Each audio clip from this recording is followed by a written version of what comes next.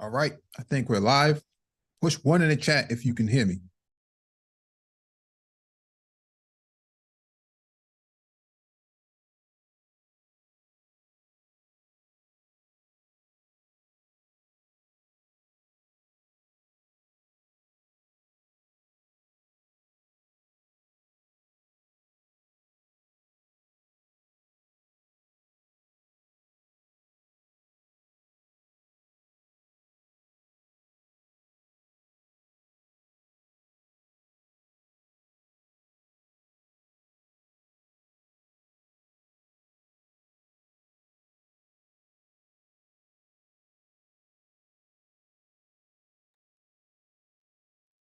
All right, got a confirmation. Thank you for the confirmation. Welcome back to the Black Brain Trust. This is episode 835, Space and Technology. Please hit the like button as you come in, share the video if possible, and hit that notification bell so you get all the updates from the Black Brain Trust. There's a document in the description beneath the video for you to follow along with from reference. There'll be a link in the chat. It's a Zoom link. Make sure you update your Zoom client before joining. Let me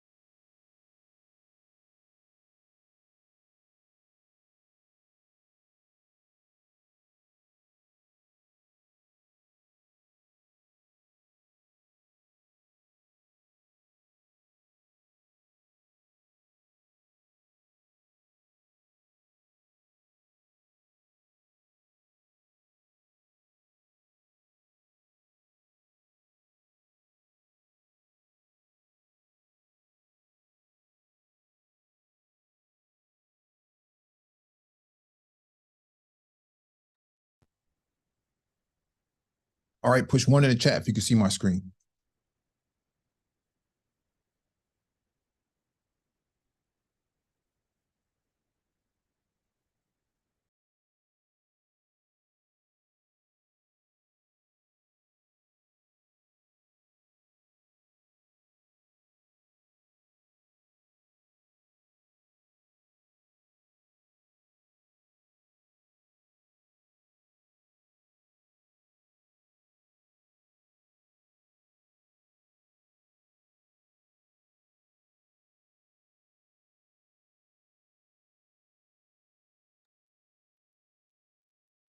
All right, cool. Let's get started. All right, this is from talkbusiness.net. Oklahoma VC firm's $80 million seed fund could impact Northwest Arkansas. Sorry.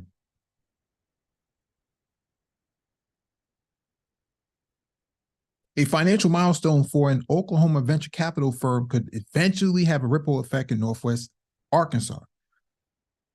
Cortado Ventures is starting the final close of its oversubscribed $80 million seed fund too. The funding close will bring the Oklahoma City-based firm's total assets under management, AUM, to over $110 million in less than 3 years. Cortado's Venture Fund 1, which closed in 2021 and raised $20 million, has invested in nearly 30 companies focusing on energy and logistics, life sciences, and the future of work. That culminated in more than $700 million in enterprise value and created over 100 high-paying technology jobs. One of those companies was Bentonville software provider Ox, led by co-founder and CEO Charu Thomas. The company, which provides an AI-powered technology platform for frontline operations, announced a $12.6 million Series A funding round in April. BBG Ventures and Mac Venture Capital co-led the oversubscribed fund. Several existing investors also participated, including Cortado Ventures. Quote, Charu is widely talented and intelligent and surrounds herself with equally impressive people, Cortado Ventures managing partner Nathaniel Harding told Northwest Arkansas Business Journal. They are doing something really novel and technically difficult, but their ability to execute is really rare. It's a great regional story and exactly the kind of thesis we like to underwrite as investors. Cortado Ventures is one of the region's most active seed investors and is hyper-focused on early-stage companies in the Mid-South, defined as Oklahoma, Texas, Arkansas, Missouri, Colorado, Kansas, and New Mexico. It's the largest venture capital firm in its kind in Oklahoma, referring to a traditional structured VC firm with all minority limited partners. An Oklahoma native, Harding is a successful investor in energy, biotech, and ag tech. He is a third-generation oilman who shifted his family's legacy to invest in entrepreneurs. Previously, he and his business partner exited their energy company for $120 million. I'm not going to read this whole thing, but I wanted to give you an understanding of this is what happens when you have access to capital in an innovative society, in a knowledge-based society for that matter. Now, if you were doing the same thing in a predominantly Black area, you would definitely see these sort of turnarounds. This is the framework that you need in order to drive innovation in many Black communities. But if you don't have people who have a vested interest in this, then what's going to happen here is an $80 million seed fund never makes it back to the Black community. Now, this is going to tie into a couple of other items that's going to be on the list of the docket. So let me move on to the next item on the docket.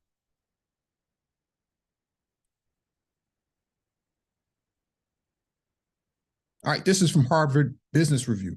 Eliminating algorithmic bias is just the beginning of equitable AI. Not going to read this whole thing, but I'm going to give you the short and sweet of it. Give you my take on this.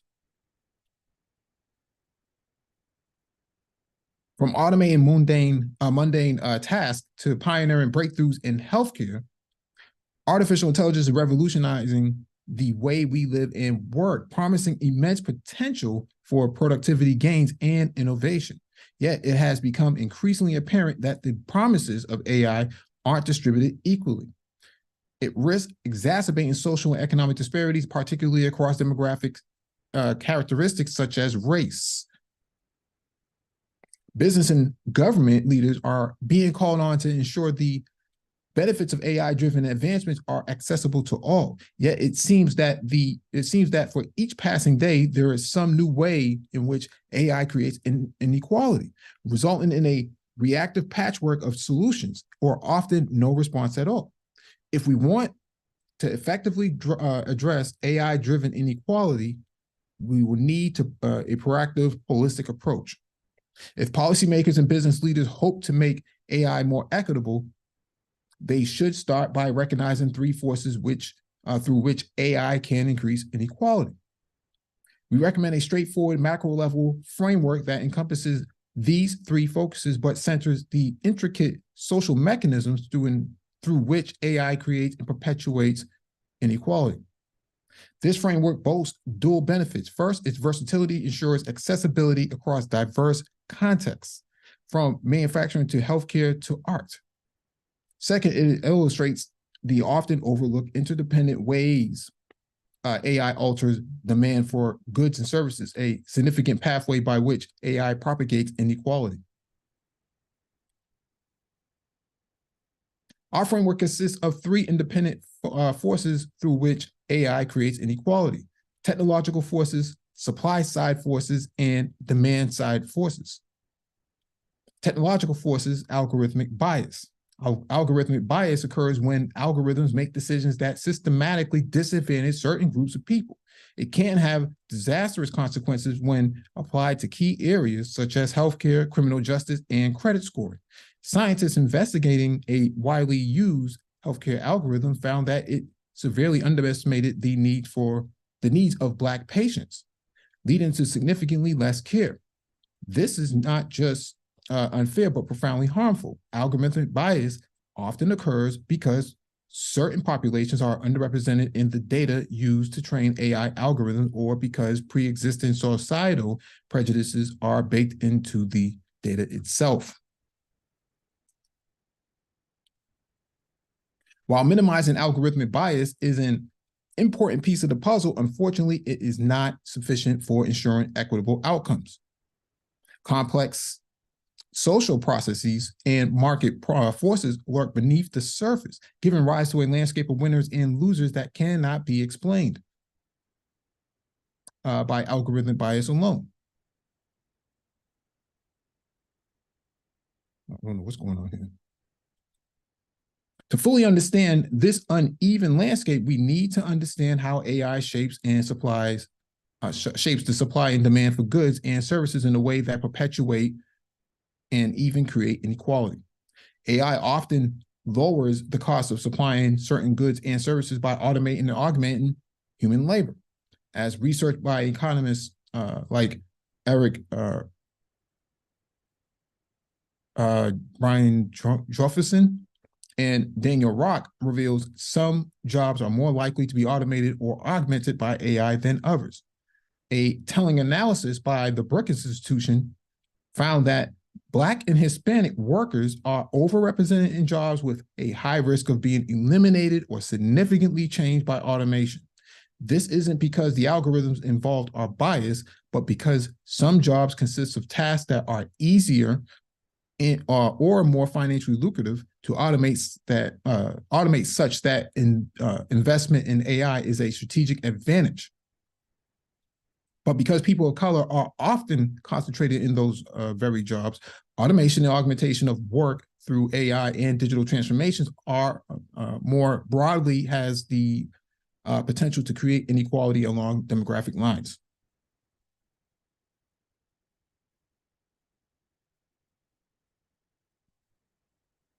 The integration of AI in professions, products, and services can affect how people value them. In short, AI alters demand-side dynamics too. Suppose you discover your doctor uses AI tools for diagnosis or treatment. Would that influence your decision to see them? If so, you are not alone. A recent poll found that 60% of US adults would be uncomfortable with their healthcare provider relying on AI to treat and diagnose diseases. In economic terms, they may have lower demand for services that incorporate AI. Our recent research sheds light on why AI augmentation can lower demands for a variety of goods and services. We found that people often perceive the value of expertise of professionals to be lower when they advertise AI augmented services. This penalty for AI augmentation occurs for services as diverse as coding, graphics design, and copy editing. However, we also found that people are divided in their perceptions of AI augmented labor. In the survey we conducted, 41% of respondents were what we call AI alarmists, people who express reservations and concerns about AI's role in the workplace. Meanwhile, 31% were AI advocates who wholeheartedly championed the integration of AI in the labor force. The remaining 28% were AI agnostics, those who sit on the fence, recognizing both potential benefits and pitfalls. They should rename it AI agnostic speaks. That's going to be the definition. Mike, I swear to God, the diversity. The diversity of views underlines the absence of a clear, unified mental model on the value of AI augmented labor. While these results are based on a relatively small online survey and do not capture how all of society views AI, they do point to a distinct differences between individuals' social evaluations of the uses and users of AI and how this informs their demand for goods and services, which is at the heart of what we explain to explore in further studies. Now, here's the deal. Actually, let me just read this last paragraph, because I think that it just really touches on the hallmark of what we're dealing with here.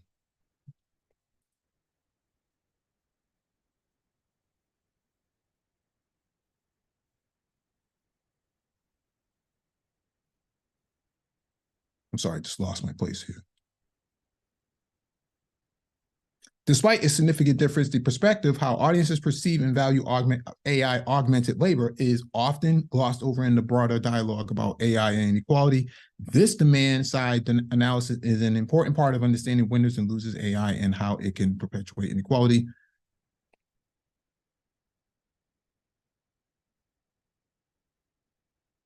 All right, let me just go through this real quickly. One of the things that's going to happen, and we've been talking about this for years in terms of fourth industrialization, fifth industrialization, is that the lack of upskill for Black people, especially more specifically Black men, is that you're going to run into the wall of lack of skill and lack of transitional assistance available for you to actually participate in the fourth and fifth industrial markets. These are very global markets, and these are markets that are very agile in their position, in their posture, I should say. Now, everybody wants to participate as if, like, you know, everything is equal, but these algorithms are going to play a significant role. AI is going to play a significant role. I think what's going to have to happen is some legislation is going to have to come out that's going to say, do you agree to a system from a business that is using AI? Kind of like a pop-up on your website or someone else's website that asks, you know, do you want all your cookies? Are you okay with all your cookies being collected by said website? You probably have to accept, you know, no, yes, no, or maybe not at all. And I think that is going to have to come down the pipe when it comes to AI, because you don't know what's going on with these decisions that are being made. You don't know what's going on with the data, and you don't know how the system actually works. And so we don't know how AI gets certified, because as it stands right now, AI is not certified. Okay.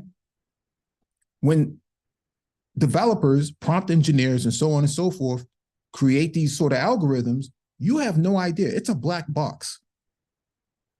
And so what's happening here is you go out and try to buy a vehicle through said financial institution that determines that your credit score or whatever zip code that you're in, suddenly you're not qualified to buy this vehicle, or you're not qualified for this mortgage, or, you know, you're not qualified to get into said school. And, you know, you can run down the gamut. I think that what's going to happen here is that you're going to have some legislation that has to put out, you know, that if a business is using AI, that you have to consent to all of this, because we don't know how these systems are working. We don't have a certification like crash safety standards in passenger side vehicles. You know, whether it has 5 stars or 3 stars or no stars at all, we really don't know at this point. And so that's why we need proper legislation around all of these sort of issues. What's your take on this complex? You know, Mike, the other thing to mention there, I'm sorry, man, I'm just coming back from the grocery store. That's what I was saying. Give me a few, but I wanted to jump on because, I saw a news article that came out maybe last week or 2 weeks ago, and this had to do with these pack and pick robots, right, that are bipedal, that Amazon is now starting to test out to address what you were just saying with regards to the type of jobs that are most largely going to be affected.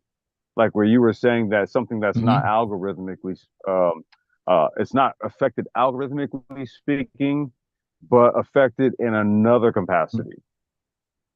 And it really is in these pack and pick robots that they're looking to start launching here. So that was another point I wanted to just kind of bring up. That's something that's a bit supplemental to what you were saying there. Yeah. I think there's room for AI in certain things, right? Like let's say timing on mass transit, right? You want to be able to determine what the best route is going to be and what time it's going to get there, and, you know, whether or not you know, you should take the train or the bus or a ferry or something like that. I think that AI in there in that sector makes a lot of sense because it's benign. It doesn't really have a disruptive impact on Black people. But when you start talking about financial decisions, criminal justice, and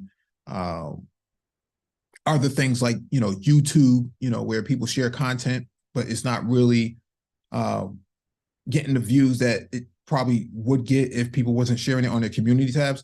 I think that AI in that area should be questioned. I also think the content creator who shares that content should be questioned as well. I just think that we need to put some controls around this. I think anybody, especially in this space, who thinks that AI is going to, it's going to eat all your babies and stuff like that.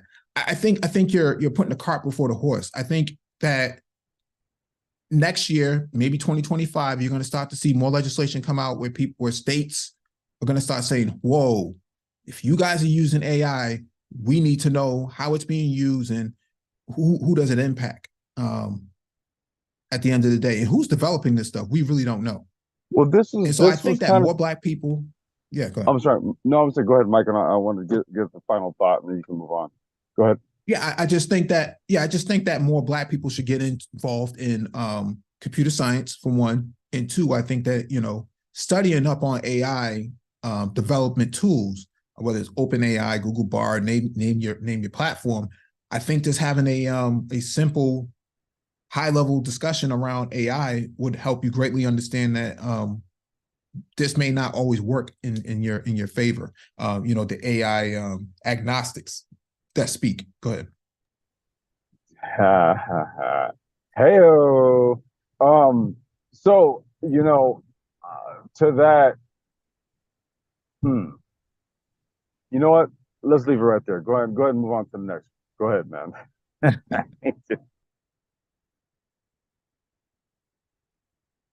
All right, let me jump to the next item on the docket.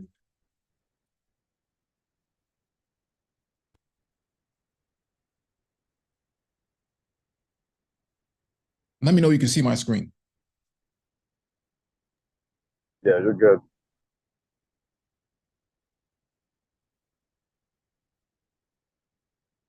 All right. All right, this is from TechCrunch. Mass Robotics is launching an accelerator.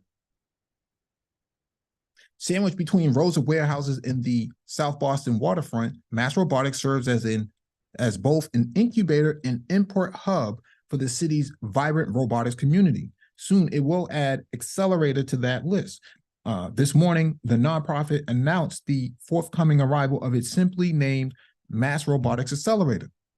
Applications are now open for the 13-week program, which focuses on early-stage robotic startups, particularly those operating in hardware components and applications. Companies accepted into the incubator will receive $100,000 in non-dilutive funding. The funding comes by way of Mass Tech, an organization developed to foster technology in the state. For those who don't know, those are technocrats, okay? Mass Tech, those are people who organize all of the technology and emerging technology within the state. 10 companies will be included in the round. Mass Robotics points out that it won't be getting in equity stake in the companies. Quote, "We feel it's the first equity-free robotics accelerator in the U.S." The accelerator's director, Marita McGinn, tells TechCrunch. Teams will have access to Mass Robotics facilities, which include tools like CNC machines, laser and water jet cutters, and 3D printers for hardware prototyping.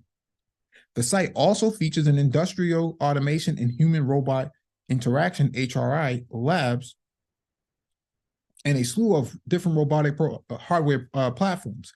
Human mentors will also be available for both the technical and business sides. The application process soft launch October 16th. It closes at the end of November. The 4-month program kicks off February 5th, culminating in a May 2 demo day, held as part of Boston Robotics Summit and Expo. McGinn says there's a strong presence for companies already based in Massachusetts, but the program doesn't have any sort of quota to that effect. Quote, we are really looking for the most interesting company, she says. One of the things we really worked on with Mass Tech is how to attract companies to come to Massachusetts. In the end, I think we will be a nice collection of mass-based companies and maybe companies from other parts of the country or international. Companies that are companies that are out of state need to have some sort of commitment to Massachusetts 1 year post accelerator. McGinn adds that diversity, something too often lacking in the industry, will also be a focal point for applications.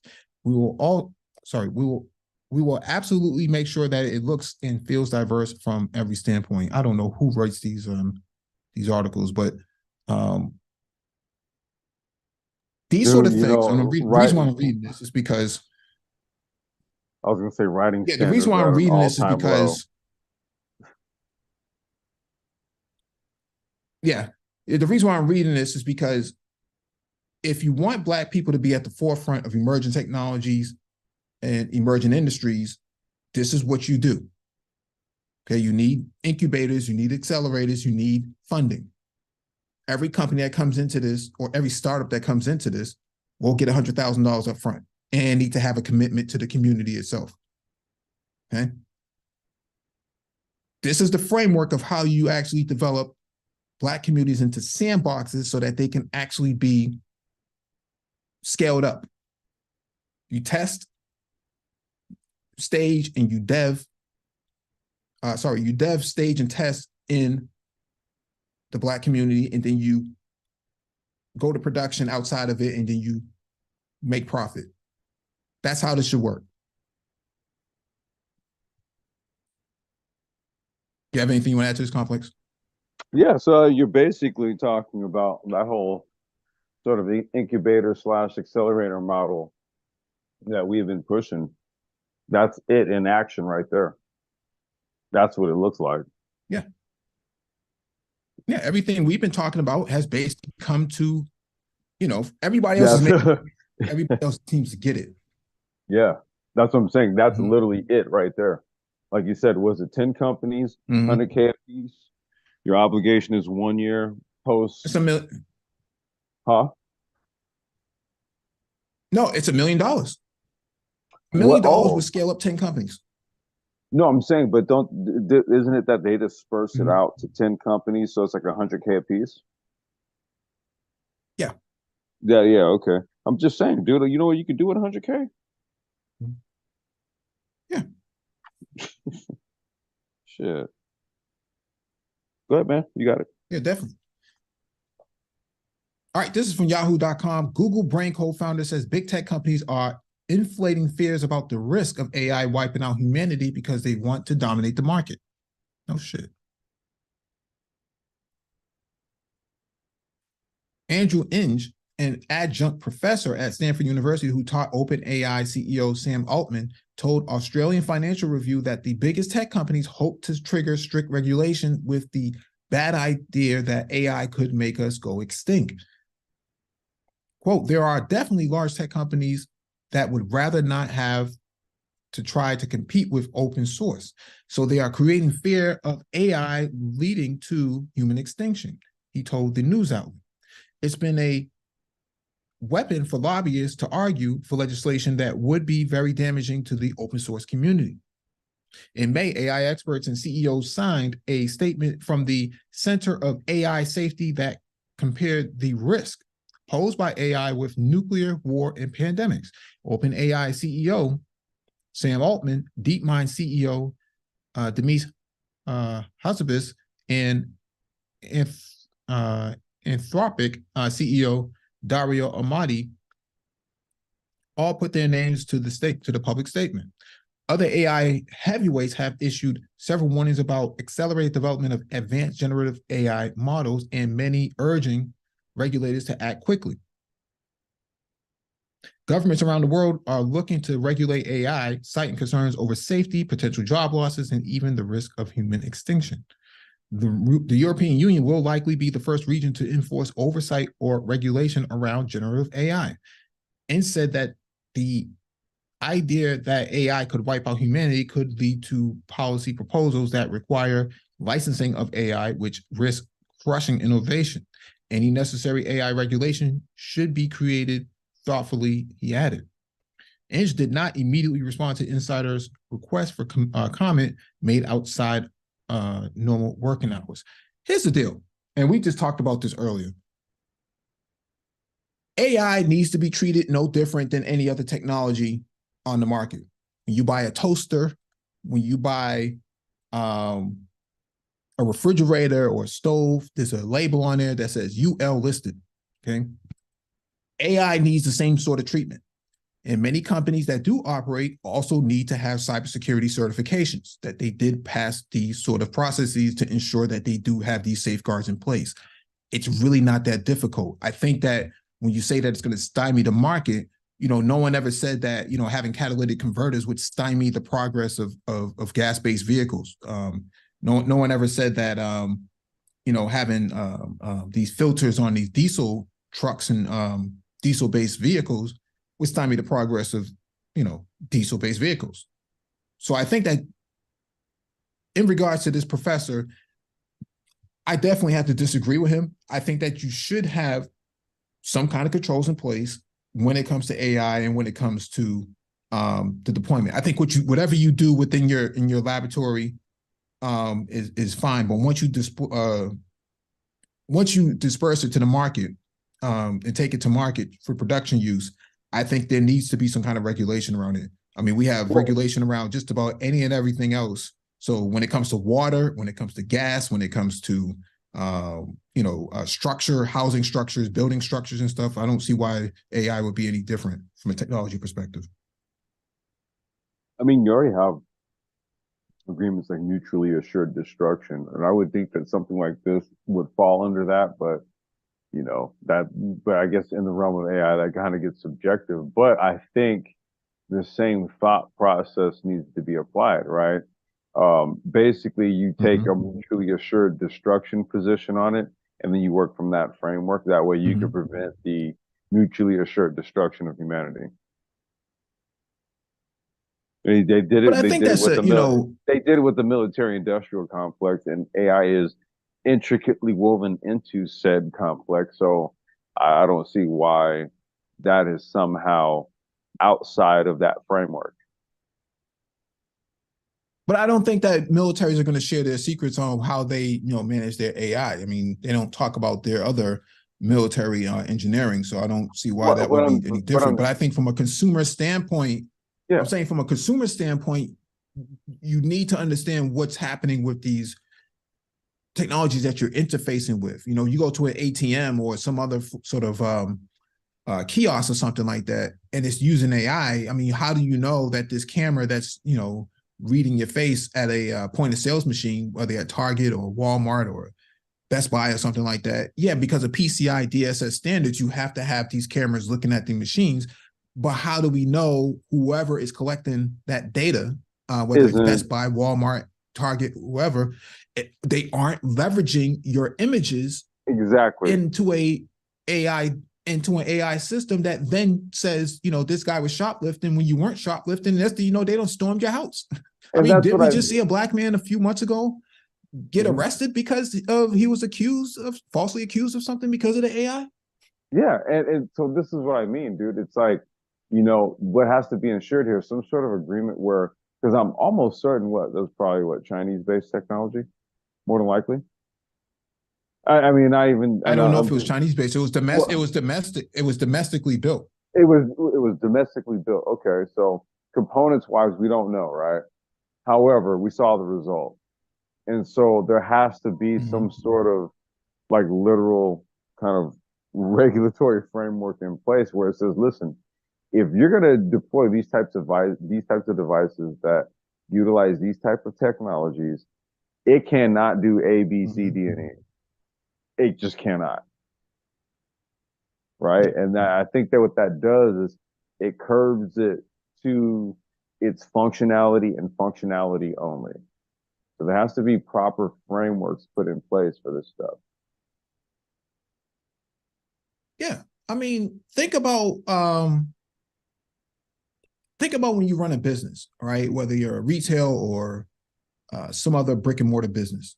You have to have a sign at the front door that says exit. The doors have to swing a certain type of way so people can get out so that they're not trapped inside. You don't swing in, you push out, right? There has to be a fire extinguisher. And now you have to have an AED device, a defibrillator in your business now. I think it depends on what state, but I think most states require that you have these sort of AED devices inside. That being said, that's the sort of regulatory structure that is necessary for something like AI to be used, right? You don't know if your voting machines may be using this. If it is, then your democracy is finished because no one signed up for that, and no one would know how that system works, and that's the regulatory piece. And so I just don't think that we should be talking about the militarization of AI when militaries don't share secrets about their plans at all or their technologies. No, I was just taking it from, I was just saying I didn't know if you were also speaking from that position, right? Because there is some sort of doctrine, because where they're talking, because look, what he's talking about when he's saying the ratification of humanity, dude, to me, that sounds like some sort of military application with regards to that, right? Now, it also could actually be down on the more civilian level in what you're talking about. That's where I'm like, okay, if it's on that level, then there has to be strict protocols and frameworks for the ship to operate within, and it cannot budge outside of that. Like, it can't make judgment calls on certain things and shit, right? It's all function based. Yeah.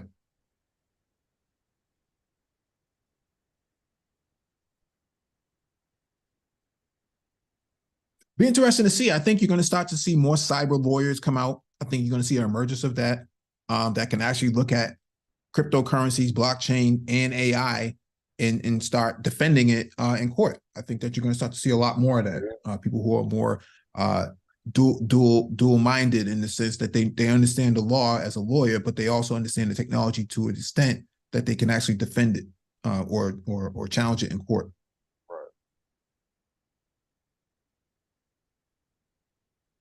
All right, next item on the docket is from TechCrunch. NextCube partners with HBCU.VC to launch Scout program. NextCube, the venture accelerator that launched a $40 million fund to target founders from historically Black colleges and universities, announced today a venture scouting partnership with the nonprofit HBCU.VC to help train the next generation of Black venture capitalists. HBCU.VC offers fellowships and angel investing network to HBCU students and alumni.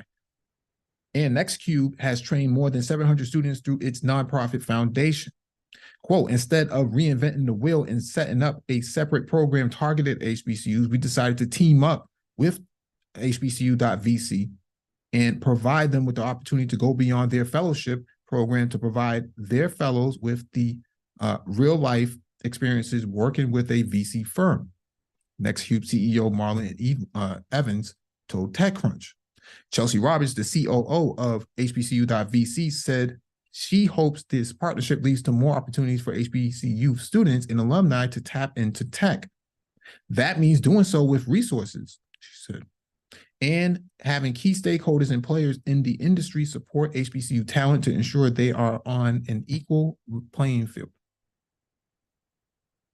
Scout programs are a great avenue for helping aspiring investors build track records and relationships while also allowing firms access to talents and possible deals. This scouting program will see HBCU.VC fellows and its alumni being mentored on everything from performing due diligence to drafting investment memos. NextCube says the fellows will also receive a percentage of a carry in the fund if a startup's they source goes on to receive investments. It's long understood that increase in diversity on the investing level will help boost the amount of marginalized founders receiving capital. Right now, Black founders account for less than 5% of all investors and receive about 1% of all venture capital funding in any given year. Let me read that again. Receive just about 1% of all venture capital funding in God, any I given year. think that's a point we've been trying to hammer over the last 2 months. That number, Mm-hmm. 1%. At the same time, HBCUs have long been incubators for Black talent, but are often ignored in the larger context of sourcing tech and business talent. They were started in the 1800s as a place to educate African Americans, since most were barred from attending existing predominantly white institutions. Today, there are more than 100 HBCUs, with schools like Howard University and Clark Atlanta often cited as Black Ivy Leagues. HBCUs graduate a quarter of all African American STEM students, many of whom hail from North Carolina A&T State University, Howard University, and Spelman College. NextQ and HBCU.VC are not alone in their efforts to work with this segment of the population. The Historical Fund, a fund of funds, has donated $10 million to 9 HBCUs to help them invest in venture capital. There was also an effort by investors, Low Tony of Plexo Capital, to get more venture capital firms to accept HBCUs as limited partners. Overlooking HBCUs is overlooking the future of innovation, Evans said. Quote, part of the investment thesis is that these individuals who have firsthand experience of some of these problems are going to be the people who can come up with some of the most innovative solutions to address them, he said.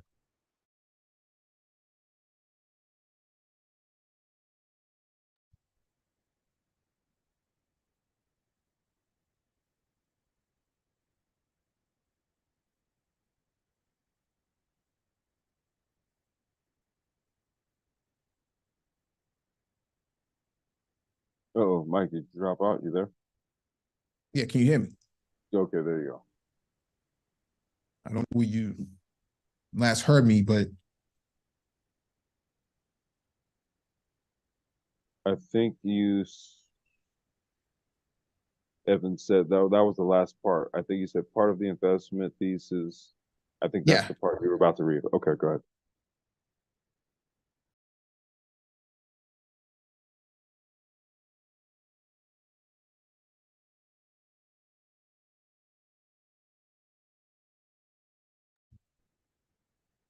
Go, Mike.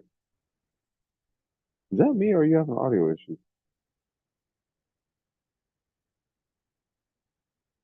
I don't know. I think he might be having some audio issues.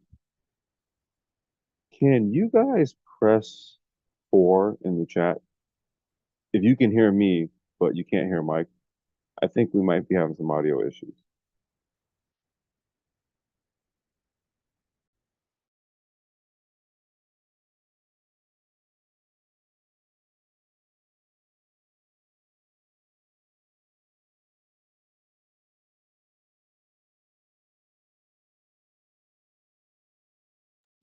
If you guys can hear us, press 4 in the chat.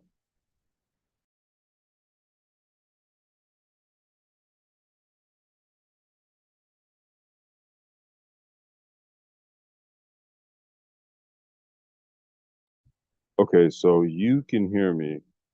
Yeah, I'm not sure what happened. I think Mike dropped.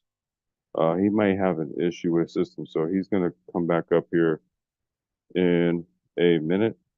I'm not sure what happened there. Um, this is just yet another piece um, that supports the prior article that we were talking about, the importance of these investment vehicles, particularly with regards to all things tech and fourth and fifth industrialization. I don't know if you guys know about this. This hit the news wire earlier this week. There's this young brother. He's 14 years old, and he developed a cancer fighting soap. I'm not sure if you guys know about this.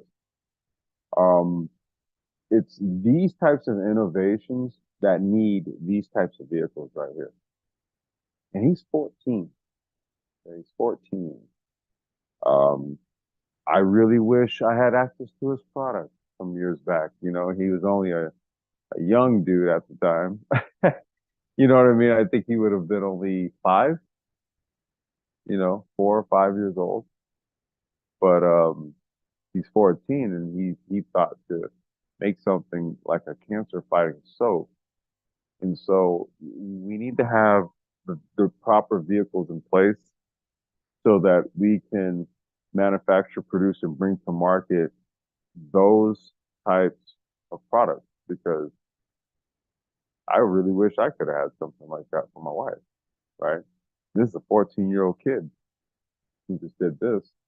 So, that sort of speaks to the importance of these last 2 articles that we just read. Let me see if Mike is back. He is not. Okay. Um, hold on a second. But that speaks to the importance of those last 2 articles um, that we just covered here.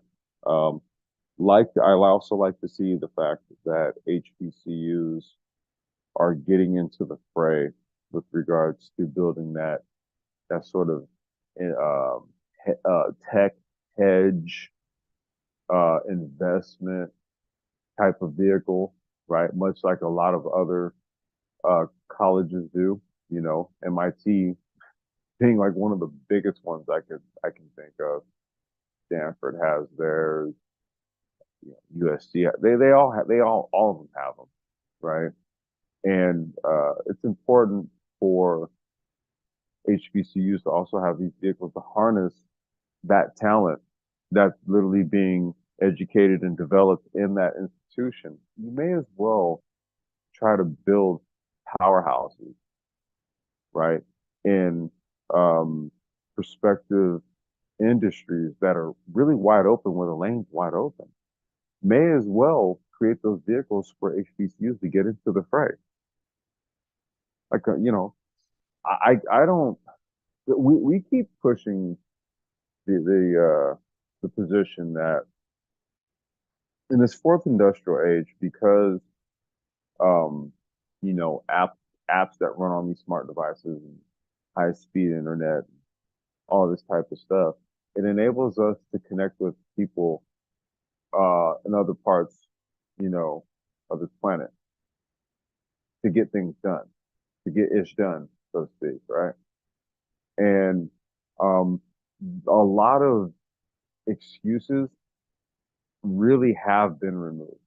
They really have. We can have the back and forth as the manosphere typically likes to do with regards to these subject matters, but you know, when put in practice, it can be confirmed that it's not as complicated as one might think. I can confirm that. So it's really then incumbent upon us to take these things, these conversations, these live streams serious. I would even say, look, the stuff in the archives is a wealth. And so there's gold back there, man. Go dig in there. Don't for 1 minute think that any of that stuff out there is dated. Okay, we get comments all the time. People digging through their live streams from 4 years ago. They're like, dude.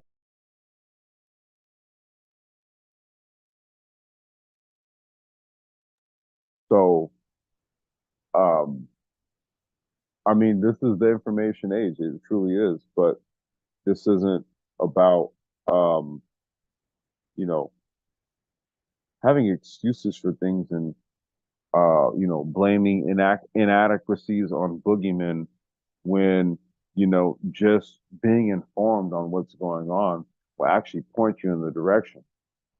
And in all actuality, you're going to find that, it's actually wide open. We just have to we have to forge that path. I think Mike B is back. Yo, Mike, you there? Yeah, can you hear me? There you go. What happened, man? Did never mind. I'm not going to say it. Go ahead, dude. Yeah. Yeah, let me jump to the next item on the docket. I don't want us to have any more crashes, but this is from USA Today. Shonda was kind enough to send this in. 14-year-old who invented soap to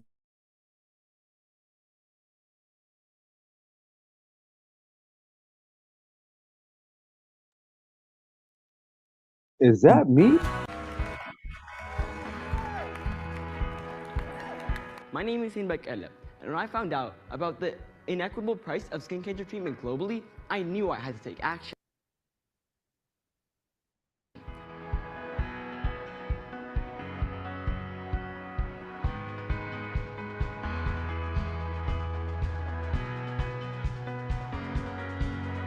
This compound-based bar of soap is charged with cancer-fighting chemicals to help fight the disease. And the best part, it's affordable and accessible to all.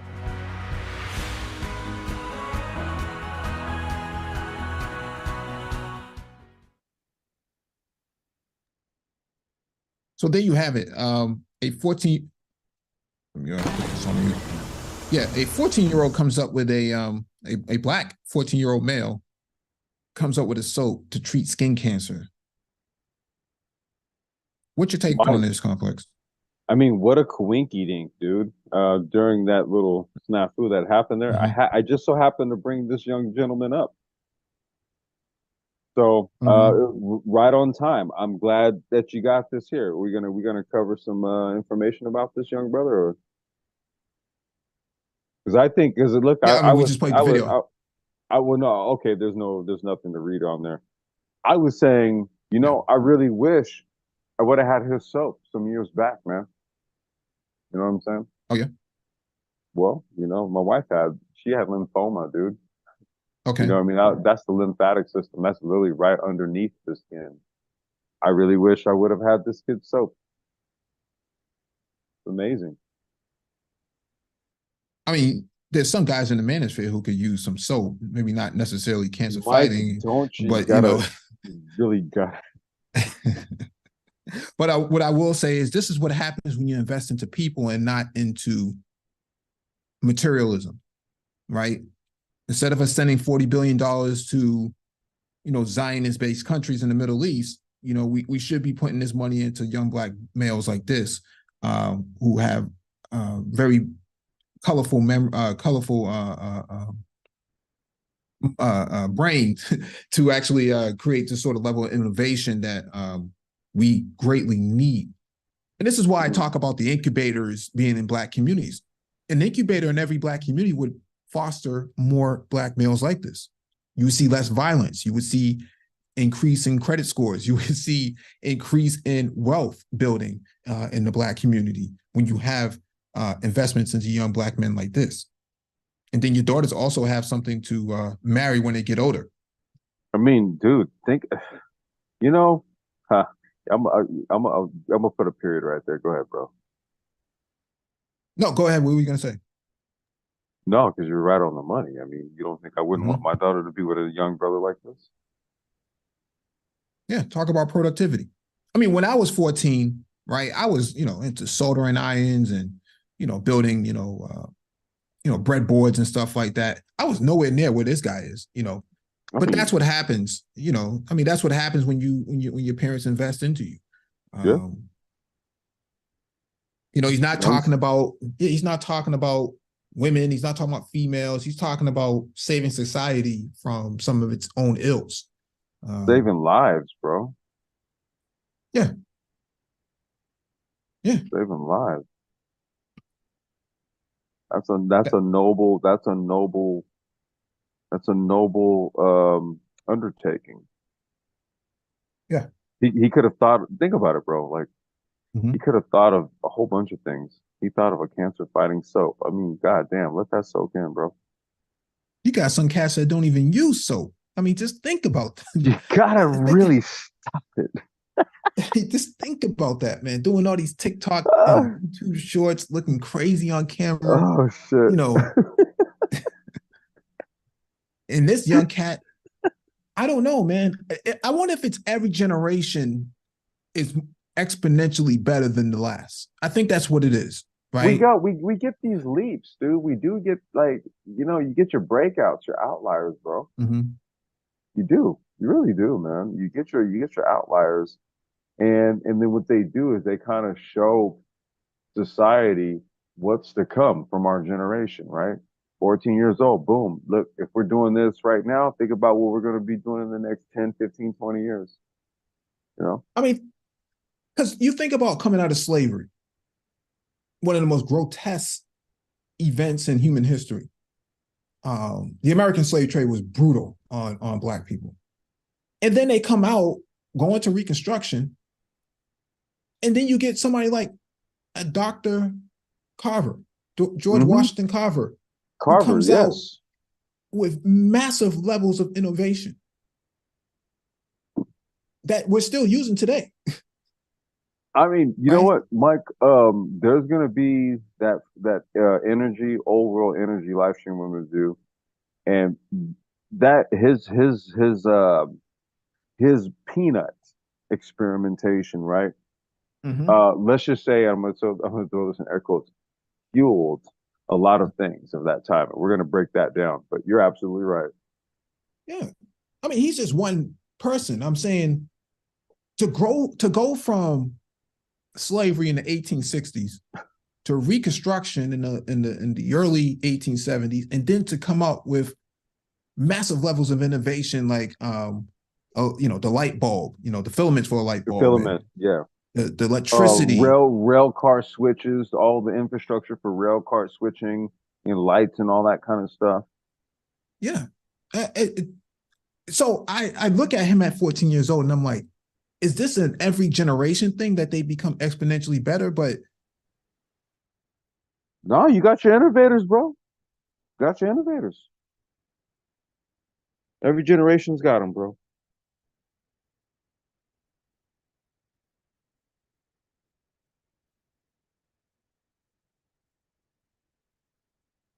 Carver, how do you replicate a Dr. Lonnie Johnson who invented the super soaker amongst many other things in a vast amount of industries? Like, we wouldn't be using computers today if it wasn't for this brother's mind. His name splits my mind right now.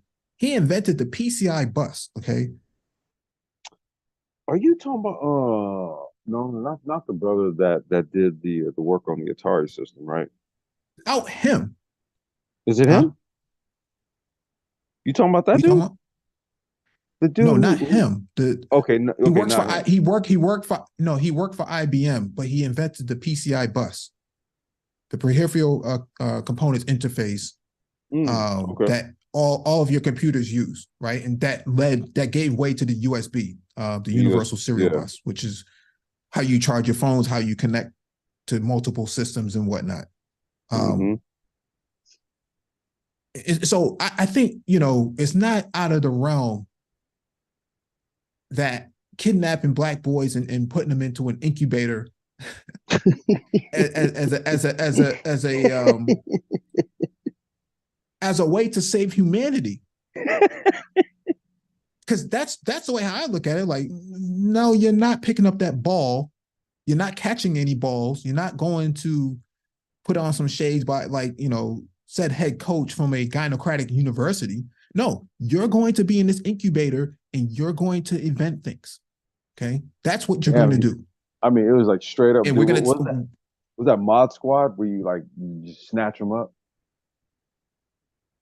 Or you just snatch them up? Yeah, yeah. Drop Squad. Yeah, Drop Squad. That's what it was. Drop Squad. Yeah.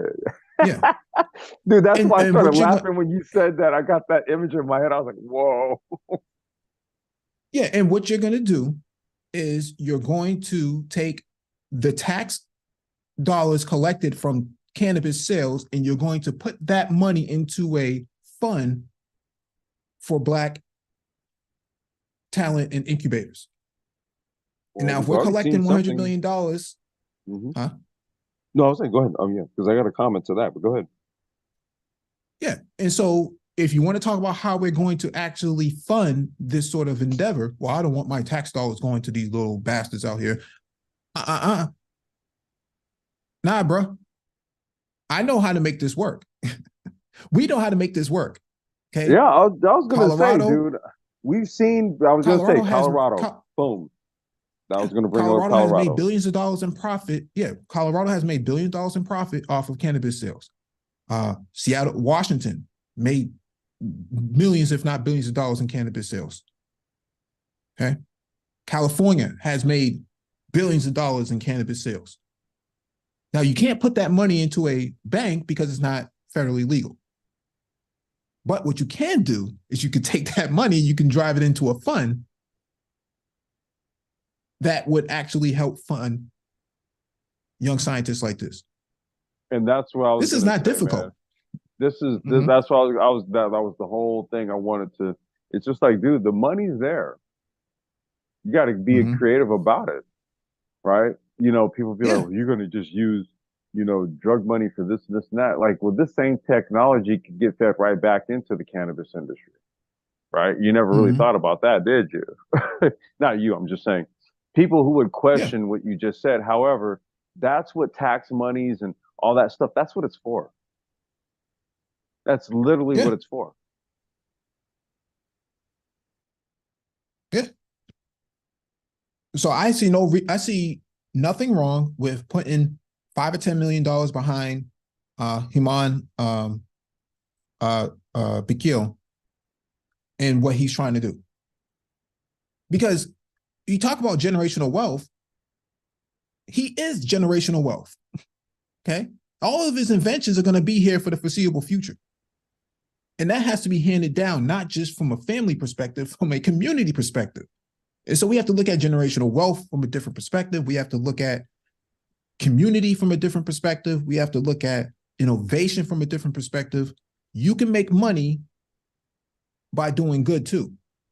But right? Mike, and so we don't have to sell this hyper capitalism like Dame Dash does. You know, if you ain't the boss, you ain't a you know, you're not real if you're not a boss or something like that. You know, that sort of perspective that Dame Dash has, this sort of hyper capitalist. There's money in helping people too. And I'm saying, dude, like, had this kid been around 10 years ago and I heard about him, man, trust me, dude, you don't think I would like open my wallet up and been hollering at this kid? Yeah. Like this is sort of like a needs-based type of solution that this kid just did. He kind of, I don't want to say cracked the code or anything, but like when you've been able to verify that this thing does have cancer fight, it's soap. It's literally a soap, something that you should do, as you were saying. Some people don't. You should do every single day. Like somebody that has a melanoma, a lymphoma. I'm trying to think of some other skin-based, your epidermis type cancer type conditions and stuff, right? This is what does it. It's a topical solution to fight it. And I mean, shit, man. You don't. When this news broke, dude, just like me, man, there's like so many other people, man. I was just like, damn, I wish that would have been around. Now think about how many jobs are going to be opened up, research and development jobs in Black communities. If you partner with the National Institute of Health, if you partner with the Centers of Disease and Control, CDC, right? And that money comes in, that 5, that 10, that $15 million comes in. And now you can open up a ARPA-H, right? A NASA of Health, like we covered last month, right? This sort of massive research and development incubator that allows money to come in to do research on healthcare initiatives in medicine. That's how you rebuild a Black community so that it's forward-facing and industrialized. That means all those Black people who went to these community colleges from, what do you call it? Data science and medical technicians and stuff like that. They can sit around, they can have internships and externships and all sorts of opportunities to walk into a laboratory and start doing research right from the get-go. These are the sort of things that can happen if you have the right people in charge. But when you have people who are just, well, I'm sorry, I'm just trying to be brutally honest. Fucking A, bro. Hey-o. Yeah. All right, man. Let me get to the next item on the docket. Yeah, get to the next one, man. All right, this is from voiceofafricannews.com. U.S. universities help Malawi establish first AI center. For those of you who haven't been to the continent, when I see these young folks in this picture, man, it just brings back a lot of memories. Malawi launched its first ever Center for Artificial Intelligence and STEAM, Science, Technology, Engineering, Arts, and Mathematics, Friday at the Malawi University of Science and Technology, established with support from various US-based universities. The center aims to provide solutions to the country's innovation and technology needs. The project's leader, the Zipagni Vokihara, a science professor at Mercer University in the US and Fulbright scholar, says the center will promote the study and use of artificial intelligence, or AI, and STEAM for the socioeconomic development of Malawi and beyond. Quote, economic development that we know cannot go without the modern scientific knowledge and aspects, so the center will complement Vision 2063 for Malawi as a country that needs to be moving together with the country developments in science. The person said not to be left behind. Bakiwa said that center, known by its acronym CAST, will offer educational, technical, policy, and strategy products and services in emerging technologies such as AI. He said it will offer machine learning, deep learning, data science, and data analytics, Internet of Things, and more are based on humanistic STEAM education and research. A consortium of various US universities provided the center with pedagogical and technical support. These include Baylor College of Medicine, Texas Tech University, Morehouse College, Colorado University, Georgia Southern University, Clemson University, New York University, and Mercer University. There are fears worldwide, however, that introduction of AI will result in loss of jobs. CBS News reported that AI eliminated nearly 4,000 jobs in the US in May. But Volkhiwa said the advantages and disadvantages of AI are still debatable. Quote, as has been said by the experts, AI has both positive elements and negative elements, he said, but knowing fairly well that we cannot run away from digitalization of what we do, AI will be needed, and Malawi does not need to lag behind. Volkhiwa said AI has helped create employment because it needs people to run the AI machines. Malawi's Minister of Education, Madalisto Rahima, officially opened the AI Center at the Malawi University of Science and Technology. She said the launch of the AI Center has set the tone and laid the foundation for the country to explore the opportunities that come with new technologies. However, she said that while AI has the potential to transform the country, there is also a need to address its downsides. Quote, for this to happen, the government will be looking to CASE for knowledge and expertise so that they can come together to facilitate the development of the necessary policy and regulatory frameworks governing responsible use of AI, which is what we talked about earlier. We were just literally talking about that. Okay. We just talked about that. The earlier we do this, better. The earlier we do this, the better, because AI is already here and we are all using it. Some of us with enough knowledge, many of us surely without full knowledge of it. Rima said the whatever the case, AI is something that Malawi cannot avoid, mentioning that the Intergovernmental Southern African Development Community is already addressing the issue. Quote, we adopted a decision to develop regional guidelines on the ethics of artificial intelligence to be domesticated and implemented by member states, she said. Therefore, Malawi cannot sit on the fence. Address Malata, the vice chancellor of Malawi University Science and Technology, said the university is strategizing its operations to align them to various development agendas, including Malawi 2063, Africa Agenda 2063, and the Sustainable Development Goals, so that whatever the center does, it should benefit everyone. Which is what I was just saying earlier about the young 14-year-old who invented the soap, okay? It has to benefit everyone. You can make money by still doing good. So in saying all of this, we know where Africa is right now. Not just on the map, but from a industrial perspective, this is what they're pointing to. it seems as though they've already addressed the things that we were just discussing about 15, 20 minutes ago. They They have already have they already have that. That was highlighted right there. yeah, they have a technocratic approach to this. For those who can't stand or don't like the idea of a technocracy, this is what a technocracy looks like. Sounds like responsible development and implementation to me. Mm-hmm.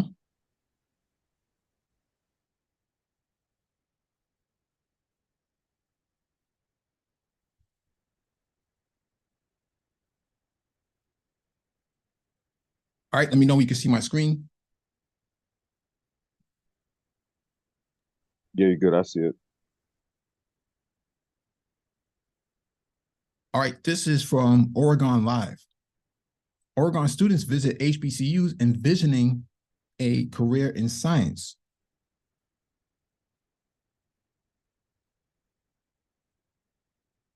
Growing up in Portland, De La Salle High School senior Amina Elliott has had a hard time picturing life anywhere else. She'd never been east of Montana, and when it came time to think about college, wasn't sure if she'd be comfortable in another state. So a week-long trip last June to historically Black colleges and universities near Atlanta felt like it opened a world of possibilities.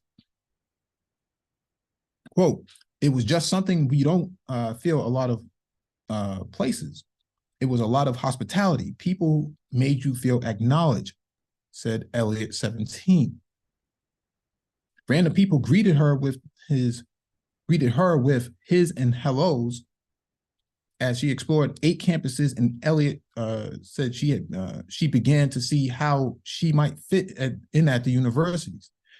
And in the medical career she had aspired to since elementary school. Quote, it was an experience that I will hold on forever, for sure, Elliot said. The nonprofit organization that arranged the trip, Building Block to Success, works to introduce students from underrepresented groups around Portland to careers in sciences. It worked for a decade with Portland Elementary School and Oregon universities to place students in robotics clubs, college readiness events, and medical training programs. Now it's connecting with schools all across the country, broadening the geographic horizons of Portland kids and introducing them to students and faculty who look like they do. Quote, to have the ability to travel outside the state and then be in the environment where it's a little bit more diverse, it helps set and plant a seed for our young people to see that they can do this. Said Antonio Jackson, Building Blocks of Success, co-founder and executive director. June's trip to Georgia took 10 Black students from the Portland area to 8 universities, Georgia Tech and the University of Georgia, and a group of historically Black colleges and universities, including Morehouse College, Clark Atlanta University, Spelman College, and Morris Brown College. You know, interestingly enough, these same colleges were the ones working with Malawi University that we just covered last article. I know, right? It's a beautiful picture. The cross-country trip comes as Oregon legislature is pushing the private sector, particularly chip makers, receiving state subsidies to diversify their hiring programs. The state wants companies to incorporate out-of-state HBCUs. Oregon has none in the workforce development plans in hopes of beginning a pipeline and deepening the hiring base. Programs like Building Blocks of Success aim to ensure Oregon students to pursue STEM education and access to careers in Oregon's tech and engineering industries, even if they have to leave the state for a while first. With Oregon facing a prolonged labor shortage, especially in technical jobs, Daimler Truck North America, Intel, and other employers work with Building Blocks of Success to build a reservoir of students with a science education. Funding for chip makers that Oregon lawmakers approved last spring encourages the companies to use their state money on workforce development efforts at HBCUs and other universities.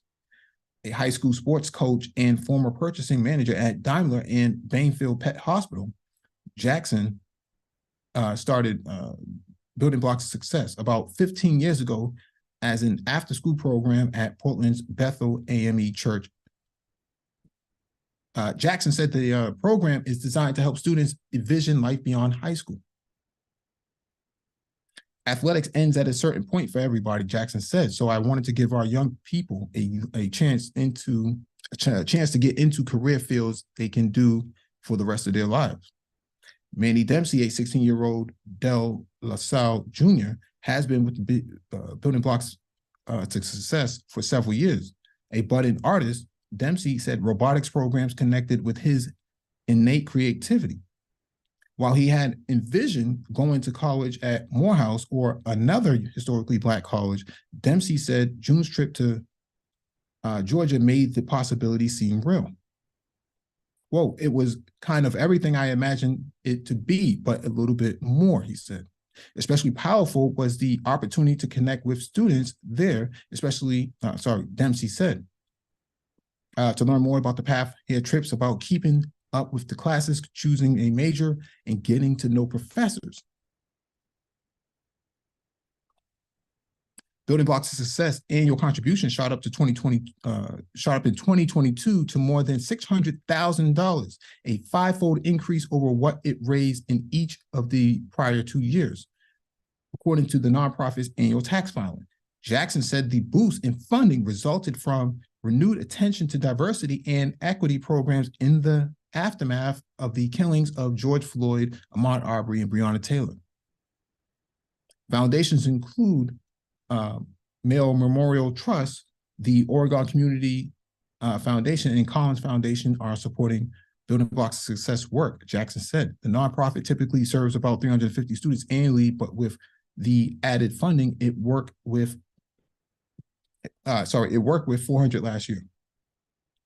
If the money keeps flowing in, Jackson said it will enable Building Blocks of Success to reach more students and staff and add staff and new programs like this year's trip to Jackson. So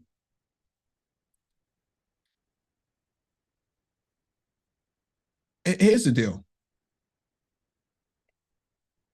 When people say that, no one's doing anything for Black boys or no one's doing anything for Black people, I have to call bunk. I mean, we've been covering these articles for years, and we see this sort of thing every single week that we cover space and technology or Black Tech Talk or anything like that.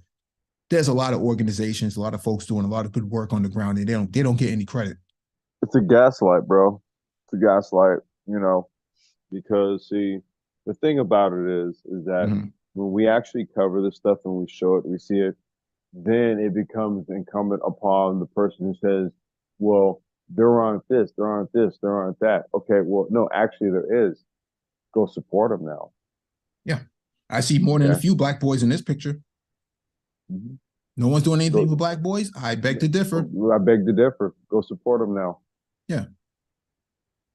Yeah, only Black girls get all the money, right?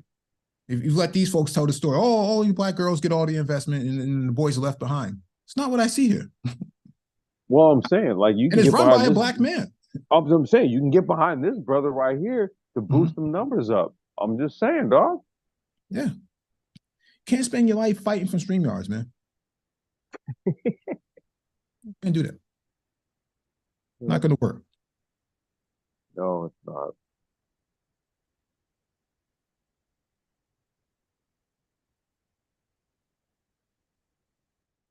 Links in the chat if anybody wants to come up. We'll spend another maybe 15 minutes. If not, we can peel up out of here. Maybe getting back to some other ideas that you may have, Complex, that you've heard tonight. I mean, I guess it's just more so, man, because a lot of the articles that you covered had a lot to do with the formation of things like investment vehicles, incubators, accelerators, right? And then the development of some of our young outlier talent as well. The young brother who made the soap. So I think this was all encompassing, right? Because we're talking about vetted ideas that then need seed money, that need, angel investment, that need, accelerator, type of environments to bring these things to market, and to do it in a way where we essentially own the process. That's the most important part, is owning the process. Now, at some later point, you can sell it off for, multi-millions. However, what you want to do is you want to own all of the proprietary processes, right? From the idea development patent on into the angel investment accelerator, incubator type of environment, then on into the market, right? We can own every last bit of that process. That whole supply chain. Exactly, and that's like the articles that we covered in this live stream literally talk about that. And so now you take that initial idea formulation process, seed capital money development process, and then you apply it to other venues within the 4IR. It works the same way. It works the exact same way. Yeah. And so not just 4IR, to kind of expound on your point, but fifth industrialization, right? This sort of human-centric. Yeah, go right ahead. Yeah, the human-centric aspect. And like we covered in, the Voice of Africa article, where you see these Black folks in Malawi, they already established their own institution and said, hey, we're going forward with this. That's legit 5IR. That's 5IR right there. AI Center. That's 5IR. Yeah. And you take Rwanda, you take South Africa, that has a new center of AI for themselves. We don't have that in America, in the Black community in America. We don't have that. Okay, so we're late to the party on this. We're really late to the party. We have not institutionalized Black neighborhoods and Black communities to actually focus on these sort of things. Now, I mean, we covered last month we talked about Boston and Nubian Square being, the new Black Wall Street in Boston. That sort of discussion is happening here on the ground. But I'm saying if you had to go to 10 major US cities that have a significant population of Black people, that conversation is not really happening at that level. You talk about Baltimore, you talk about the Bronx for that matter. LA, anywhere that has not even happening in LA. Yeah, anywhere that has a voting population of 25% of Black people, you don't really hear these conversations really happening like this. And so that's why I covered initially what they're doing in Arkansas, right? What they're doing in some of these other places like Oklahoma. Everybody else is understanding this, but we have not really fully fleshed this out. I mean, I peruse YouTube, on a daily basis. I consume a lot of hours of YouTube, and I don't see anybody really having the conversation that we're having at the level that we're having it at all. It's presuppositions at best. It's it's these opinions or ideas of what this all means without any type of deep analysis, right? And I'm saying based on the data from the people who develop it, we have a Tech RX, aka Engineering Cannabis, in this space. You want to know some things about AI? Talk to him. Yeah. So it's not as if we don't have these people readily available to us to kind of point us in the direction of, proper development and implementation based on not only what that AI center was talking about, but what we had also discussed prior to, proper frameworks, man, that govern this stuff. Regulatory frameworks, governance. I mean, regulatory frameworks that govern this stuff in such a way that doesn't put us at a disadvantage due to its implementation. That's it. Yeah. I mean, not to say that it's not rocket science, but we are dealing with rocket science at this point, right? I mean, we need more rocket scientists. And so how do you cultivate a community where 10%, if not more, of your next generation is going to be able to take advantage of these sort of prospects. Get behind brothers like this, number one. Yeah. And number two, you get behind that 14-year-old brother from Minnesota. That yes. And number three, you put your money where your mouth is. We're not talking about waiting for markets to shift and correct and inflation and who's in the White House. We're not talking about that right now. We're talking about folks putting their money where their mouth is. You see a lot of super chats and cash apps going around the space, but you don't really see folks really putting their bread behind something like this. Okay. No. I was a member of NSBE. Okay. I know, I was a part of the PCI, Pre-College Initiative. Okay. I chaperoned kids from K through 12 and mentored and did all the work that needed to be done during my time there. And so I know NSBE, another good organization that does the work. I'm saying if you come into a black male space, you're not necessarily going to hear this level of conversation and discourse. They may share some other things on the community tab, but it has nothing to do with anything like this. No. This is monumental right now. We're in a place right now where $40 billion may be going to a country that is illegally occupying and bombing innocent civilians in the Middle East, while at the same time we're saying, well, we don't really have any money to put in your community. I'm against, affirmative action. That's where we are right now. Okay. I'm against DEI programs. Okay. Hey, hold on one second. Hey, Sandog, hey, change your I changed it for him. Okay. Oh, you did? Okay. Yes, sir. Man, thank you, man. Shout out to y'all, man. This is this is beautiful, beautiful, beautiful work that your channel does. You guys first introduced me to this because in my field, a lot of you know me for military, but I've been out of the military since 2006. And so I'm in the world of logistics and trade. And so, as you know, where I live, AI, blockchain, machine learning, all these things have been buzzed in the field, right? So along with the coming, Chinese Silk Road Initiative and the other initiatives, that they're putting in place.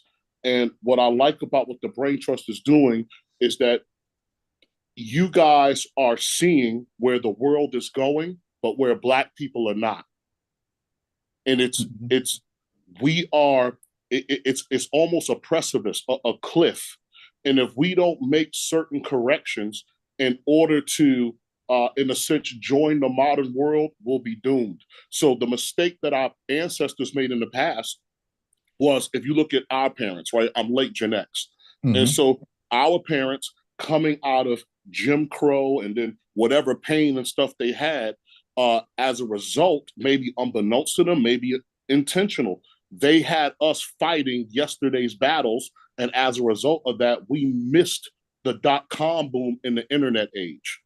And if you're not careful, if you're still fighting yesterday's battles or meaningless battles, you're gonna miss the fourth industrial wave and what is and what is to come next. So even for me, thanks to the Brain Trust, right? So like Mike, when you guys talk about the values of certifications, right?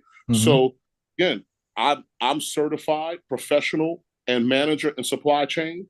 I have a UK certification, which is a Chartered Institute of Logistics and Transport. So this is a UK level 5 certification, so I could charter vessels, charter aircrafts, and all of that other kind of thing.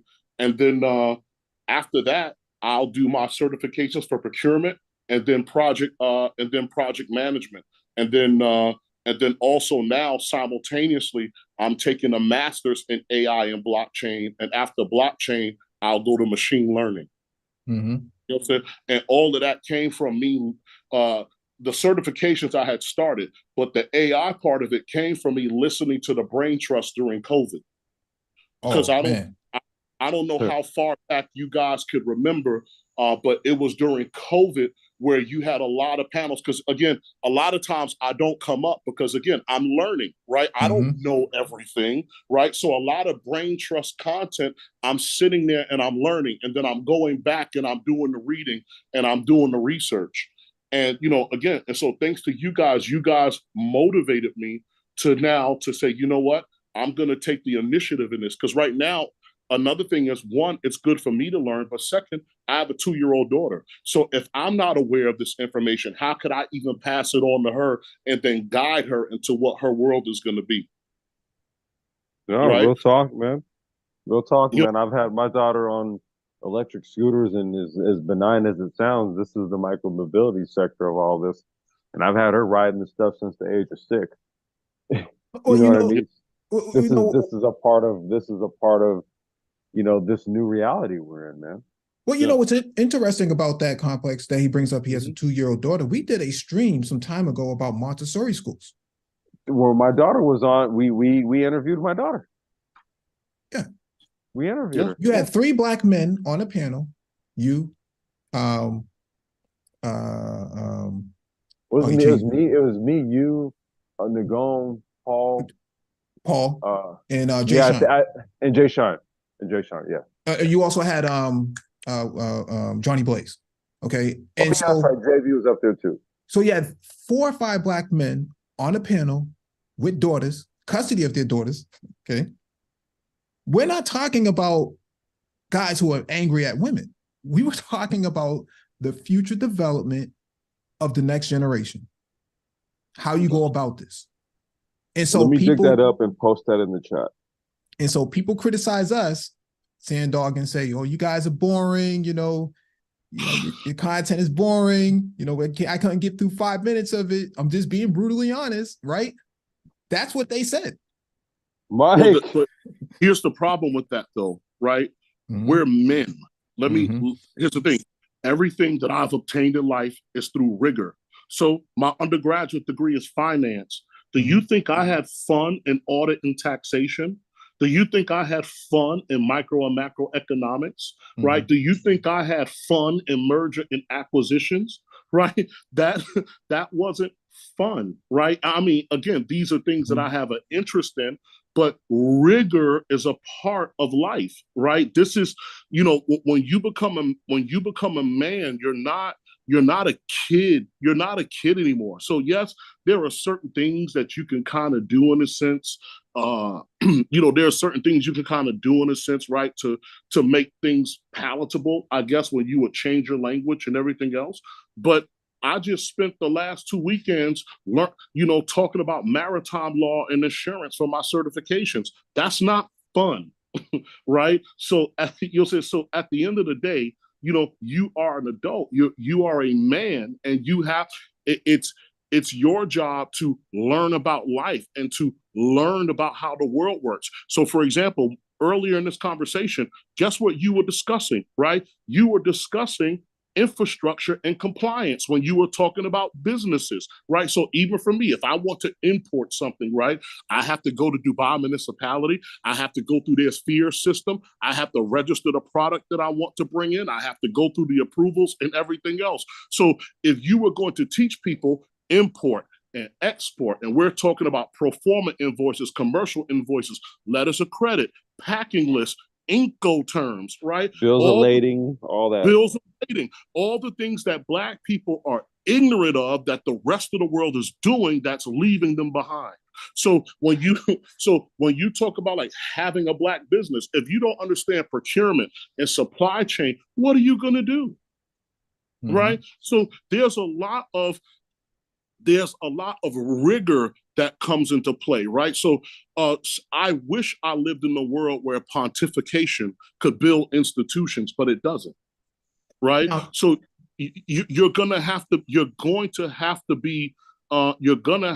be engaged in that. And so that, I'll shut up, Mike, because I hear you making a point, but this whole thing about this content being boring, that's absurd because you're a goddamn adult.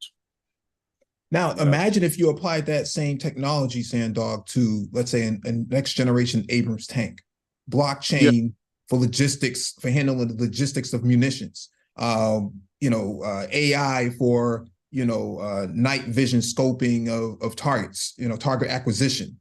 Funny enough, they're closer than what you think. Because I know. Yeah, go ahead. Yeah. When I was in, I Mhm. was in the 4th Infantry Division, right? 10th Mhm. Cavalry, and we were under something called Force 21. So we had like the most advanced stuff. So back then, from my tank, I could send, or my Bradley when I was a scout, I could send overlays, digital communications, call for fire, all of that other kind of stuff. So I'm certain now, if that was 20 years ago, I'm certain now what they have is insane. Yeah. No, I mean, I'm bringing up this point because you've been in tanks, you've managed millions of dollars in assets for the U.S. military. You've been a part of all of this. If you don't think that this technology matters, you're out of your skull, or you're outside of your brain for that matter, because they're using it, consumers are using it, and if the consumer has it, the adversary has it. Okay, that's kind of the rule of thumb.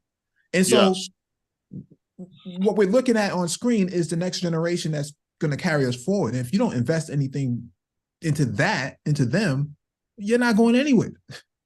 And you have a lot of folks in the space that are like, man, F the kids. And I look at that picture and I say, you're crazy. They're your next tech developers, man. Yeah. That's why, if you want to save the Black community, you need these sort of innovation hubs and incubators and facilities set up in every single Black neighborhood that has a strong voting population in it, so that they can actually have somewhere to go instead of picking up a ball or, trying to run and catch and be Neon Dion or something like that with a cowboy hat on his head in Colorado. That's not what we need. What we need now is these folks. Either that or like a damn table. Yeah. To go back. Fuck all that. Table talk. But you know what, Mike? Mike? I would say this, right? And I've said it to Complex. Your demographic is younger. So, for example, right, you're looking at guys who are older and who are set in their ways. So, like for me, right, like, going back to school, getting certifications, that there are people that could rarely do that, right? For some people, they get set in their ways. And so, because my brother is also a member of NSBE, the National Society of Black Engineers, right? Oh, what region? So, What region? We went to A&M. So my brother was Alabama A&M. So my brother so my brother was a civil engineer, electrical engineer, right? So he's in the Navy now, and so he's going to go back and and finish up his degree. And quite a few of my frat brothers are in NSBE. And so what I would say to the Brain Trust is kind of like what Frederick Douglass said, right? It's easier to raise strong, strong children than to fix broken men. And so when you look at something like the Brain Trust, Mike, especially because here's something else, right? So, I'm going to shut up my mouth, but one of the things I'm looking to do too is to go to Oxford University to get, because what you have, Mike, is a very unique skill, because not only do you understand tech, not only do you understand economics and politics, right? But you also understand something that a lot of Black people aren't aware of, which is policy, diplomacy, policy, and public administration. Right. And this is significant, especially when you're talking about introducing AI, especially if AI is introduced anywhere in your legal or political system. Right. So it's very important to get on top of this. But my argument would be is that the Brain Trust, your content and your followers are in college or they're young professionals. So they're not the greater space of the manosphere. So all those kids running around in NSBE and everything else in the different regions, or your Black colleges and universities and STEAM, and like even for me, like some of my younger fraternity brothers just came through here to visit, and those guys are in engineering and logistics, and everything else. So this is your demographic, right? So guys that are really out there in the world and getting it to work, right? And so what would have to happen, and Sandog is going to shut up, I promise. When when I first came to the space, I told the guys in the space that you have to compartmentalize this. So there's no place in the space where it's one size fits all and any given person knows everything or a messiah. You have to get out of that church model of functioning, right? Because think about it, Mike, you and I both know what industry is: a series of institutions working together. That's how you get industry, right? So this is how you get industry. This is how you get society, so on and so forth. It's a series of institutions working together. So if your part of the institution has a limit of advance, right? So let's say, for example, we have a part of the institution that's about identifying the problem. And that's fine, right? But if you want a solution, then you should direct them to the part of the institution where the solutions are. Well, that's what right? that would be, from an institution standpoint. That's why you have analysts, right? They're the ones who they detect, say, like deficiencies within the supply chain, for example. They Correct. detect deficiencies in production. They detect deficiencies in markets, right? Marketing, right? You see, so that's why you have like analysts, and that comes into, say, like, organization building, right? But Correct. again, that's boring shit. No, yeah, I mean, Complex can tell you he worked for a $2 billion a startup that had a $2 billion valuation. Okay.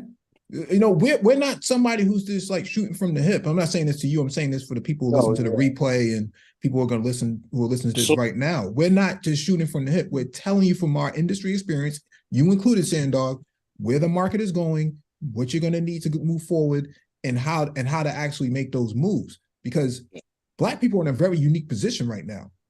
There's a lot of tailwind for us. You have Black people in America, and then you can pivot to the continent, and you're starting to see this. You're starting to see the synergy between the two now, where you have HBCUs that are establishing ground on the continent, and you're starting to see more and more Black folks move back and forth between Ghana or the West Coast of Africa, or even to the East Coast of Africa, Eastern region of Africa. Even I was just talking to somebody from Ghana this morning. She's in Dubai right now. She's one of the head tech people in Ghana. These are the sort of moves that are being made. But if you let the manosphere tell you, none of this is happening. No, you're absolutely correct. Because, like, to your point, when you bring up Ghana and certain African nations, if you were to come here and visit me, right? Say, like, some of the relationships that I have, I could walk right into their consulates. Yep. Right. So for some of those nations, I know the consulate general directly, right? Directly. I haven't cultivated the relationships yet, like to meet the ambassadors. But to your very point, man, there is a lot of focus on Africa. So, for example, like when ECOWAS announced their free trade partnership in early 2020, I was there. You know what I'm saying? So I was in Abuja. At that time, I was working for a wholesaler and one of Europe's largest wholesalers and distributors for food and duty-free products, right? And so I was their BD manager at the time because, again, they wanted to expand into what you call austere environments, right? So that's kind of like my area of expertise. It's going into it's going into undeveloped markets and finding opportunity, right? So this is that's kind of what I do. But but to your very point, they are looking for us. They are looking to work with us. They're looking for that investment. And what I would tell anybody listening to this is you should listen to Mike, because right now Africa is a blank canvas, right? So when you talk about freedom doesn't necessarily come with any guarantees. But if you work with them now to terraform that environment, then you have the ability to shape what that environment is going to be. Because Mike will tell you the same thing that I'll tell you. Every time Sandog gets on a plane to go to the continent, it's me, a bunch of Europeans, a lot of Chinese. Indians, Indians, everybody else. If you take away the locals that are flying to those countries, right, we are non-existent. And what a lot of folks don't realize is that UAE, Doha, Qatar, they're investing into the continent right now. They're going to help expand those airports to be big international hubs so that they can fit these big Airbus A380, jets coming in and these big Boeing jets coming in, because what they want to do is actually increase air travel and make it, because it's going to be more plentiful. I mean, there's 1.2 billion people on the continent. How do you move all these people around? You're going to need some bigger airports for that. And so, world-class airports. Yeah, you got to start building out those airports. And now, when I was there, they was talking about rerouting flights from Europe through the continent, through the Caribbean, make it significantly, faster by 7 hours. I was just watching this at the XM Bank Summit down in Guyana. They were just talking about that a couple of days ago. Mike, what do you mean airports? Dubai Ports World already owns several seaports in Africa. Yeah, they already operate them. Not just airports, but also seaports as well. And speaking of maritime law that you were talking about, the International Tribunal for Law on the Sea is in Jamaica. So wait, Mike. So you're talking about the flight path would be like Americas to the Caribbean to say like what? Spain and then into Africa? No, it would be, through Barbados all the way back up through Miami. No, I'm saying you're talking about like to Africa, right? Yeah, to Africa. Because right now, when you go to Africa, you have to go through Europe. Right. The flight path is through Europe. So they would go from Barbados straight to Africa. From That's a 19-hour flight. If you go through Europe. If you have to travel over the continent of Europe to get to Africa and the Middle East, it's a 19-hour flight from the United States. If you had to do it through the Caribbean, you're talking about cutting the time in half significantly. But I'm saying, so what would be the flight path? Like, so you leave from like Miami and then you go. You can leave straight from New York right now. We got flights from Boston that go from Boston International Airport all the way down to Barbados, direct flights for 5 hours. Right. And then from Barbados, you go directly into Africa? Yeah. Okay. That would be the flight path. Now I know Ghana is talking about having a direct flight from Accra to New York. That's a big leap, but that's capable of being done. It's just a matter of having you have to have people on the ground that can actually, advocate for you, from a nation state standpoint that this is possible and necessary. And two, you have to have the logistics for it. That's where somebody like Sandog comes in and looks at all of your infrastructure and say, this needs to be done up from the ground up, digging into this, right? Because I'm looking at that because Anti-Grav, he's out in Kenya now. He has to go from Minnesota, New York, then from New York. I'm trying to remember what his flight path was, but yeah, it's a stupid amount of hours to get there. Yeah, no, it's just that we're having this conversation, but then you add the Airbnb, the hotel aspect. That's where Complex Design comes in with his micro-mobility, and you're traveling in a more sustainable way throughout the continent in some of these more urban centers. All of this ties in, Sandog, at the end of the day. I'm saying this to you repeatedly, but, these conversations make a lot of sense. That the U.S.-Africa Business Summit is coming up in a couple of months. That's going to be really big. A lot of opportunities going to come from that. If you got the dough, in the mouthpiece to go with it, you can actually finagle some deals out. I know that Kenya is going to have a business summit as well. Ghana just had a business summit last week in Washington D.C. There's a lot of moves being made. A lot of folks in the space don't know that. Sandor. When did that Kenya? Because Mike, how much do you know about NEOM? NEOM, the Saudi Arabia project? Yeah. Yep. I know something about it. Yeah. Yeah. So because again, man, when you, God willing, when you guys pass through here and visit, I'll take you to Expo City, right? Because again, that's the thing here in terms of building smart cities in these infrastructure. And Neom, as you know, will be a city that's Saudi made in the desert, because it's not just Neom. They're going to make several different cities, right? And I think, as I understood, that it'll be so massive that it will connect Saudi, Egypt, and Jordan. All of these new developments. And what you get out of Neom is a city that's temperature controlled. It's a straight line, encased in glass in the middle of the desert. So if you saw it from the outside, it looks like a line, just a long line of reflective glass once they build it. And the whole thing is that there'll be no cars or anything in it. There'll be public transportation, and pretty much that the city itself will be ran by AI and robots. Yeah, but I'm saying, are they legit? They're literally going to do that? Yeah, that's a go, Complex. What did Complex say? He's asking, are they really going to do that? And I'm saying, no, that's a go. Yes, they're building it. Yeah, it's happening. Yeah, that's the prince, right? Mohammed bin.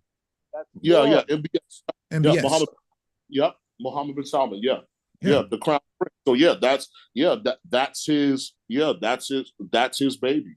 And like I said, so you're talking about like just massive. So like, even because I missed it, Complex, in my bad. But because the Dubai Chamber of Commerce recently had a sustainability conference, right?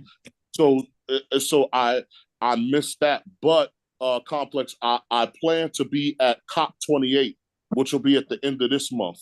Yeah. And so COP28, for you guys who don't know, this is the UN will come into UAE, and it'll be a large conference about the 17 sustainable goals or sustainability of the UN. That'll be hosted in UE. Things like climate change, sustainability, all the technology that comes in it. And for those of you who don't know, sustainability in the world of logistics, some people could call it reverse logistics, but sustainability, in a sense, is all about either managing or the elimination of waste.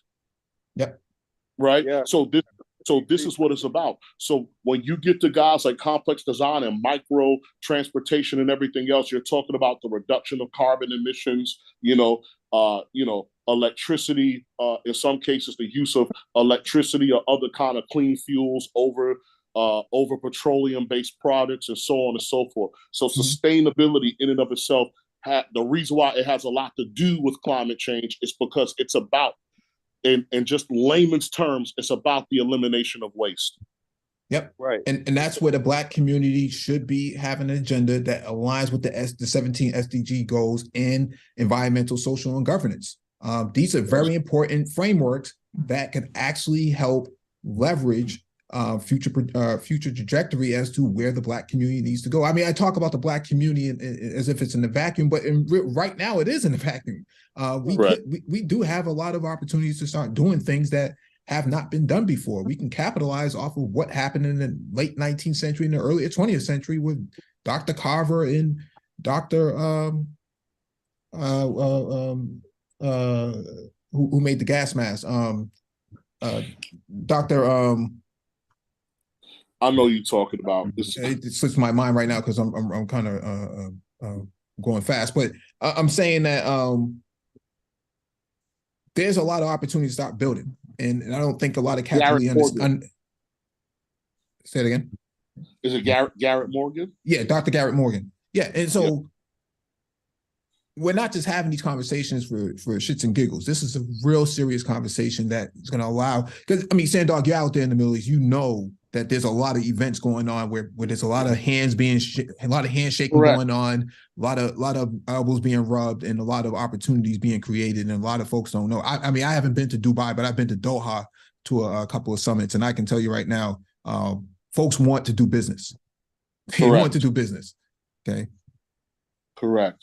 Yeah. Correct. Yeah. Because that's what I'm saying. Because when I left, again, and that's what I'm saying. So when I left the military, I got into FMCG. Right. And then from FMCG, I got into trucking. And then from trucking, I've been a regional logistics manager for some of the a couple of the largest or one of the largest shipping lines on the planet, but this will be for rolling stock cargo, right? Ro-ro, right? Which is roll on, roll off. So for you guys, like there are vessels that carry containers, and roll on, roll off is pretty much a vessel or a ship where you can drive things on and off of it. So like if you like, so I will be the guy that will get your Toyotas from a factory in Thailand or wherever it is to the States. You know what I'm saying? Your excavators, your Caterpillars, your tanks, even your helicopters. A lot of those things will go on to a what they call a ro-ro vessel. Yeah. So like it's no man, but it's like I said, man. I'm gonna shut up, man. I'm gonna let you guys have it. But I'm serious, Mike V. I have always, always, always appreciated the intellect, appreciated your expertise. You know what I'm saying? Complex will tell you, man, like it's really from my side, it's really nothing but high praise. And so what happens is that Black people, we're gonna have to start to do the work and the rigor. You have to get beyond what makes you feel good. Like you did a panel, Mike V, and you were talking about what Jimmy Carter did in his administration. And you were spitting facts. But if I was on that panel, I would have said, during that time, my aunts and uncles who were with Dr. King were well into adulthood, and my parents were just becoming registered voters. And everything that you mentioned about Carter, they wouldn't have known. All they would have known was that, hey, he has nice things to say about Black people, and that's why they voted, right? And so what you bring to the table in regards to discussing policy and breaking down that policy, because for a lot of you, if you never heard the phrase before, at least the way that I hear it, what Mike V does is when he presents you the information, he goes through what's called a pestle analysis. So there's the political impact of it, the economic impact of it, the social or cultural impact of it, the technological part of it, and the legal. So this is what's called a pestle analysis, right? So this is what some people would use to gauge maybe political decisions, whether they're going to enter a market or not, or something like that. So your approach to policy and diplomacy is something that I really appreciate. And no matter what side of the fence you're on, as a Black person, the rigor of that is what you should be involved in, instead of charisma, right? And things that, you know what I'm saying, and things that make you feel good. So a lot of you who are familiar with Dune, right? That was part of the storyline of Dune, which is the warning of charismatic leaders. And instead of actually dissecting, okay, who, you know what I'm saying, who these people are, who's funding them, no matter where you fall, right? Because again, your business decisions are what needs to guide all of this, right? And so all I'm saying is that ever since I've listened to you and that I met you on the space, from the bottom of my heart, this is what I've always appreciated, respected, and admired about you. You know what I'm saying? And so, like I said, so for me, like, again, I know what I know. I don't know what I don't know. And if I don't know, I'll gladly say I don't know, right? And like I said, and I just came up here to shout out you, Complex, and to give the Brain Trust it's props, because really, like, from the bottom of my heart, you guys put me onto this. And so, and starting in the winter, I start my master's in AI and blockchain. And then once I finish that, I'll go for the one from Caltech, which is machine learning. So you'll get the AI and machine learning from Caltech, and then also a certification from IBM itself, right? So, you know what I'm saying? So shout out to y'all, man. Like I said, I've been, believe it or not, like in and out, right? Not consistent, but in and out. I've really have, you know, I've been listening and everything else like that. And then my final words to you is that your demographic, either you get people like me who are older, who are experienced professionals, who see value in this, but your demographic is younger. It's younger. So if you needed help reaching out to them, like if, you know, if I I could go through my fraternity brothers or whatever, or if you have your contacts and reaching out to those kids in NSBE and those other organizations and the young professionals that are out there, that is the demographic for this space, at least from Sandog's perspective.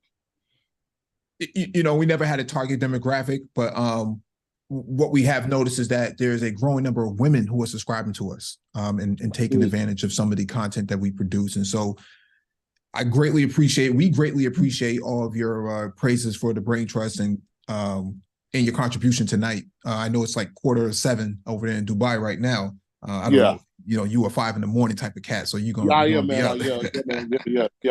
Yeah, man. I gotta hit it. Yeah, I won't be to the Middle East, man, until probably next year, because you know we're late in the season right now, so it's not going to be anything going on right now. But there's definitely some events happening in Jordan and in Dubai that's going to be of interest to me. So I'll definitely be over there. I'll link up with you and I'll send you an email. Okay, man. Yo, definitely, man. My doors are open. You know what I'm saying? My door. You know what I'm saying? Yo, again, man, peace to the Brain Trust, man. Yo, I keep doing this good work, and trust me, if you build it, they will come. You know what I'm saying? Sandog out. Peace. Peace. Complex, you have any last thoughts? Yes, sir. Once again, man, another dope live stream, Mike. We'll be back to do it again. Peace to everybody who put in on the conversation in the chat. We didn't get to the comments, but we'll read back through those and all that good stuff. But yeah, other than that, man, appreciate Sandog for pulling up. Might be another dope one. I'm out. Indeed. Thank you all for joining us. Please hit the like button on the way out, share the video if possible, and hit that notification bell so you get all the updates from